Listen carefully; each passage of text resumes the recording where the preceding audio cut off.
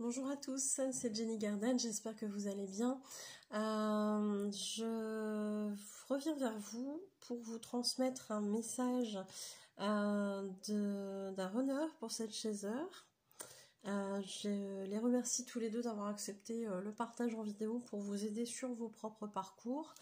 Et si toutefois vous êtes intéressé pour vivre cette expérience, vous avez toutes les coordonnées pour me joindre en dessous, dans la description, en sachant que là ce sont des messages canalisés que je retransférais vocalement, mais que nouvellement il y a eu une autre façon de canaliser, et cette fois ça se fait en direct. Donc voilà, en fonction de vos préférences, on verra à ce moment-là ce qui est le mieux pour vous. Alors ici on a trois questions. Donc vous pouvez effectivement poser des questions à l'heure des canalisations. Allez, c'est parti. Donc ici on a la première question: que ressens-tu réellement pour moi en termes de sentiments? Et ici voici la réponse du runner. Oh, je t'aime d'amour, d'un amour débordant, d'un amour qui me perturbe et me dévaste. Je ne comprends pas pourquoi c'est aussi fort. Je ne suis pas capable de te l'exprimer dans la matière. Je ressens comme un blocage par rapport à cela. Je ne peux pas l'exprimer du point de vue des circonstances.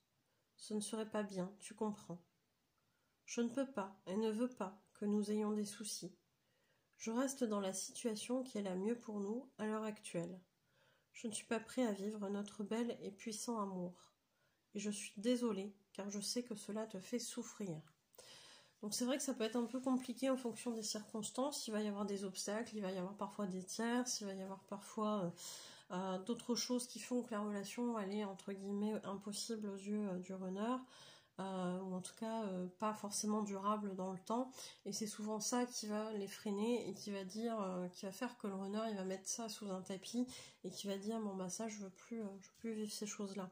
Et pourtant les sentiments sont là, et pourtant il y a des belles choses qui pourraient se passer, mais à ce moment-là, les deux ne sont pas prêts, il y a encore trop de blessures d'un côté comme de l'autre, et c'est souvent ce qui pousse le chaser à accepter certains dysfonctionnements du runner.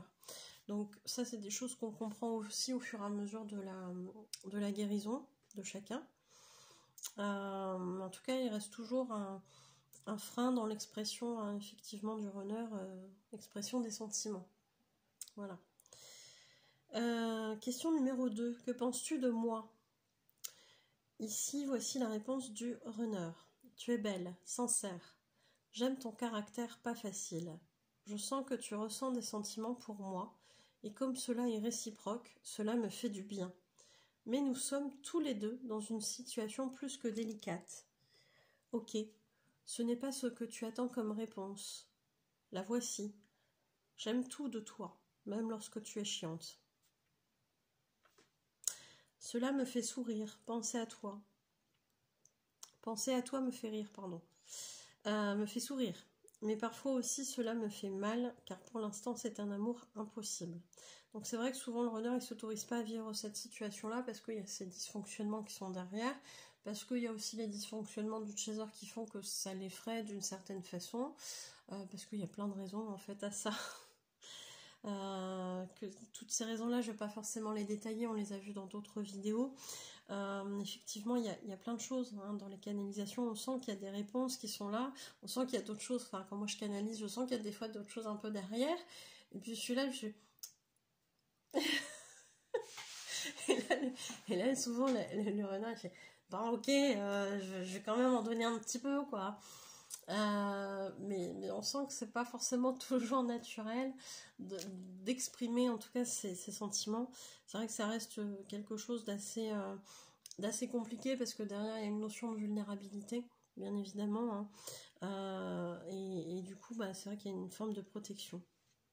Alors pour l'un et pour l'autre, parce que accueillir les sentiments de son runner alors qu'en fait on sait qu'il n'est pas capable de vivre la relation là maintenant, de s'engager véritablement, ça peut être aussi douloureux. Donc aussi il y a cette protection là vis-à-vis de son chaser.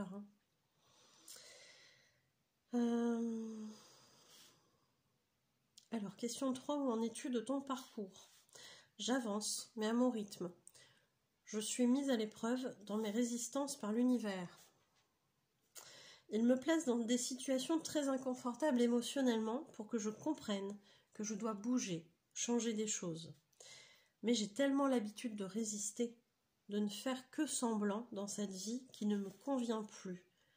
M'a-t-elle un jour vraiment convenu? Que j'ai l'impression de passer à côté de ma vie, d'être un robot qui ne mérite rien de mieux. Et pourtant, je rêve de mieux. Je rêve de m'épanouir dans tous les domaines de ma vie, et non plus de subir cette vie qui me rend triste à l'intérieur. Mais il faut faire croire à tous que tout va bien. J'essaie de m'en convaincre aussi. Donc là, on est vraiment confronté à ce faux self du runner qui parce que il a appris ça petit, il va être rejeté. Il va être rejeté voilà, si ça va pas, etc. Petit, il a essayé de dire que ça allait pas, il a montré, il a vu que ça dérangeait souvent ses parents. Et pour pas déranger, il a dit ok, je mets un masque, je vais bien, tout va bien, comme ça je serai aimée.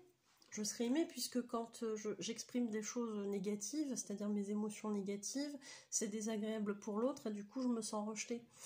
Donc qu'est-ce qui va se passer derrière? C'est effectivement je mets un masque, je deviens ce faux self qui est là depuis tout petit. Donc effectivement c'est pour ça que c'est très dur pour eux de se débarrasser de ce faux self, parce qu'il y a plusieurs années derrière, plusieurs dizaines d'années aussi parfois derrière, à tout déconstruire. Donc c'est très très long, c'est très compliqué. Et en fait on voit ces résistances malgré tout ce qui se passe, c'est-à-dire que ma vie elle peut être en train de s'écrouler, derrière à mes proches je vais dire que tout va bien, parce que je suis un runner, parce qu'il faut que je garde la face, parce que si je me montre vulnérable on va me rejeter, etc., etc., etc. Et du coup en ce sens j'ai appris à me débrouiller tout seul. C'est très très compliqué. Et d'ailleurs il y a toute une remise en question de sa vie, Il y a plein de choses, plein de domaines qui lui conviennent pas forcément, mais pour l'instant il faut faire semblant, parce que ça serait trop dur de tout changer. Et pourtant ce rêve de s'épanouir il est là. On a des runners qui sont comme les chasers, c'est-à-dire que depuis l'enfance, ils rêvent d'une vie parfaite, d'un amour parfait, etc.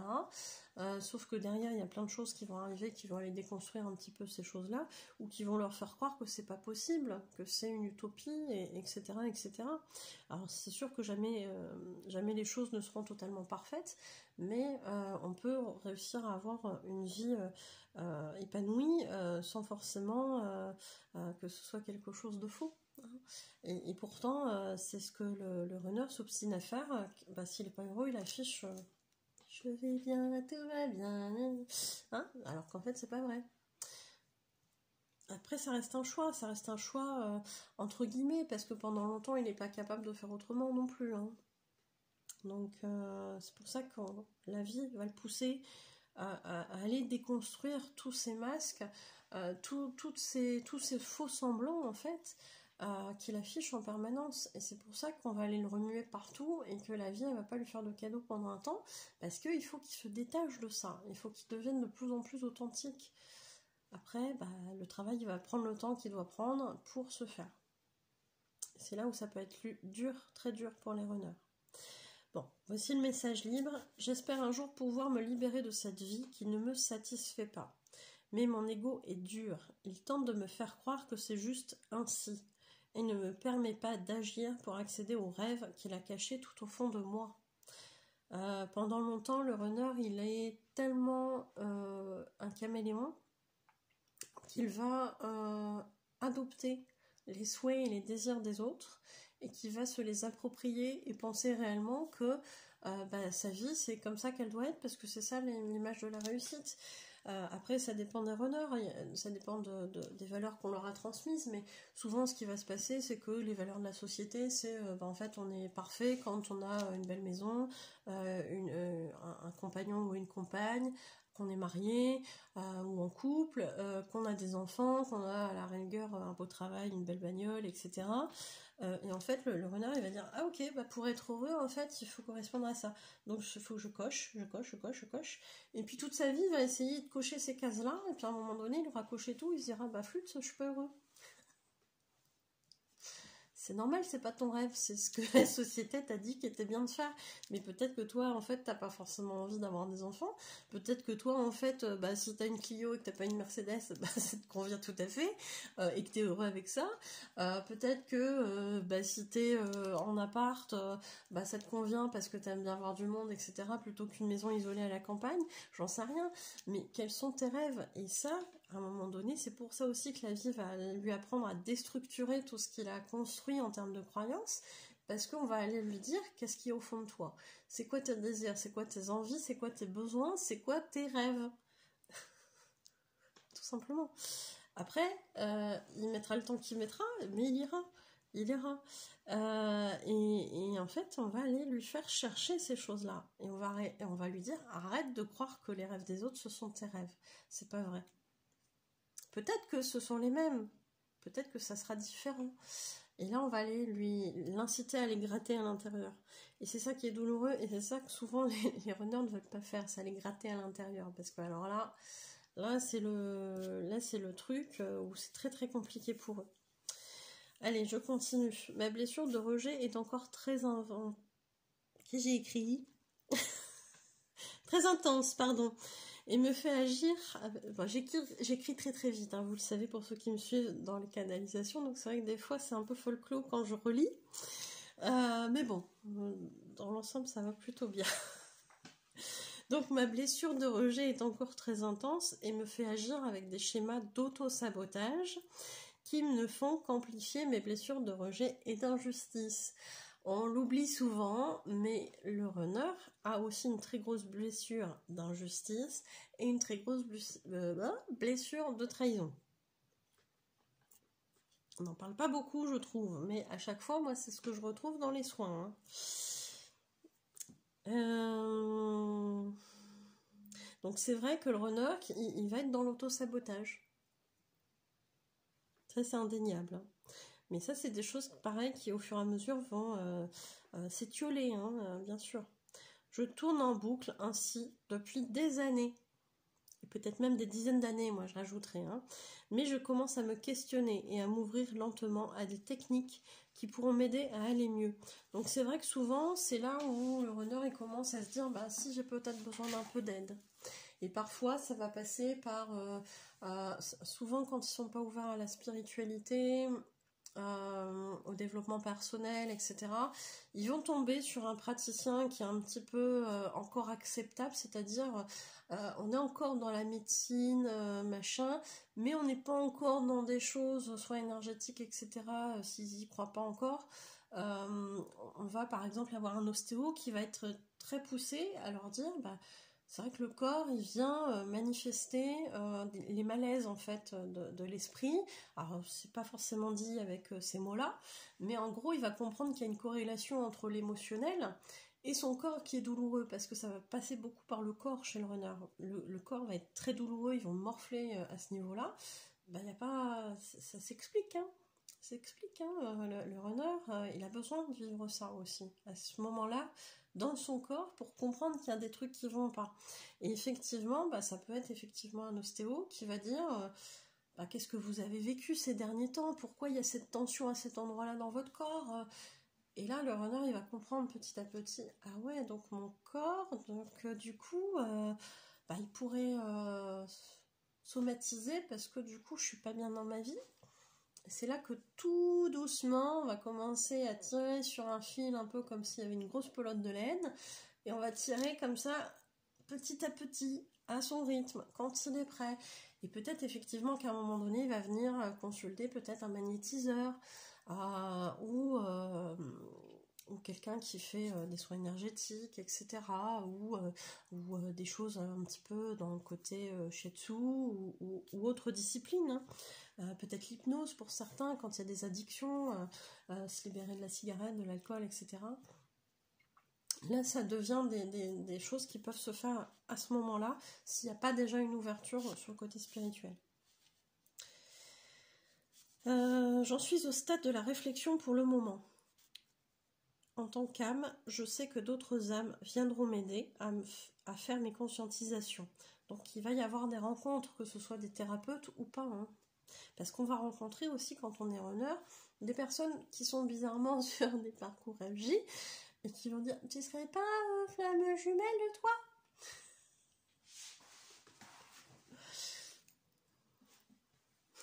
Quand je vous dis que tout est bien pensé sur ce parcours et que tout est organisé au millimètre, donc le libre arbitre du runner, moi perso, j'y crois pas du tout. J'y crois pas du tout, c'est un gros gag, mais c'est encore une fois, c'est l'illusion de contrôler, et il a le droit d'y croire, il a le droit de croire à la petite souris, au Père Noël, il n'y a pas de souci, mais son parcours, il va le faire, hein, qu'il le veuille ou pas. Hein. Donc, vas-y. Oui, t'as la liberté, oui, t'as le libre arbitre, vas-y. Puis à la fin, tu vas bien te rendre compte que t'es obligé de travailler sur tes blessures, que tu le veuilles ou que tu le veuilles pas. Hein. Bah, il n'y a pas de souci. Je suis désolée, hein, mais c'est voilà. Donc oui, il rencontrera des personnes qui viendront l'aider à conscientiser certaines choses, bien sûr. Cela prendra du temps dans la matière, mais c'est un temps qui est nécessaire pour moi, afin de revenir vers toi quand ce sera le bon moment. Là encore, c'est un timing particulier, quand les deux sont prêts. Sache que je te ressens, ton amour me fait du bien, mais tes colères ou tes peines sont difficiles à ressentir pour moi. La connexion, elle marche dans les deux sens. Hein. Elle marche pour le positif, elle marche pour le négatif. Je ne sais pas consciemment que ça t'appartient, mais dans ces moments-là, il y a un automatisme qui coupe mes ressentis, le fameux bouton on-off, afin que je ne souffre pas davantage. Mon parcours est aussi douloureux que le tien, et rassure-toi, j'avance même si tu ne le perçois pas dans la matière. Effectivement, du côté de Chaser, on ne voit rien. Tous les runners vont faire leur guérison en sous-marin, c'est-à-dire qu'on ne sait pas, on ne sait rien du tout, ils vont pas nous dire les choses. C'est très très compliqué. Et effectivement, le chaser, souvent, il va penser que parce que justement le runner ne montre rien, ne montre pas sa souffrance, que effectivement c'est juste le chaser qui souffre. Ce qui est très loin d'être vrai. Il y a beaucoup de souffrance aussi du côté des runners, c'est juste qu'en fait ils ne le montrent pas. Ils ne le montrent pas, pourquoi ? Toujours par rapport à cette histoire de vulnérabilité, pour se protéger, hein, bien sûr. Est-ce que ça serait plus facile pour le chaser de savoir que le runner il souffre ? Pas sûr, parce que quand il y a cette prise de conscience de l'amour pour l'autre, on n'aime pas que les gens qu'on aime souffrent, donc je sais pas si ça rendrait les choses plus faciles, mais peut-être qu'il y aurait un peu plus de compassion, et c'est vrai que pendant une grosse partie du parcours, le chaser il se dit mon runner il souffre pas, il s'affiche sur les réseaux avec sa tierce, machin, etc. C'est compliqué. C'est compliqué bien sûr de vivre ça, mais après il vous fait aussi avancer en ayant cette attitude là, hein, d'une certaine façon. Il vient appuyer sur les fameux boutons, donc c'est jamais là pour rien, il y a autre chose aussi que je voulais dire, mais c'est parti. Bon, ça reviendra peut-être après. Je ferai de mon mieux pour que notre contrat d'âme soit respecté. Ça reste un contrat d'âme, hein. Parcours FJ. Continue de ton côté à faire tes guérisons. Je t'aime très fort et je reste présent à tes côtés pour te soutenir. Ne l'oublie pas. Donc il y a toujours cette présence de l'autre. On le ressent forcément systématiquement dans l'énergétique. Du côté de Chaser, c'est normal. Hein, le Chaser il est très concret, très dans le corps, etc. Il a besoin de s'ouvrir sur tout l'aspect énergétique. Et c'est pour ça qu'il va ressentir son runner sur le côté énergétique et pas dans la matière. Et ça sera l'inverse pour le runner qui lui est beaucoup plus dans le côté énergie, à ressentir les choses, et qui lui va devoir vivre les expériences du corps. Et notamment avec plusieurs tierces, souvent, c'est le cas. Voilà. J'espère que ça vous aura aidé. Et puis, je vous souhaite une belle journée, une belle soirée. Je vous dis à bientôt. Prenez soin de vous.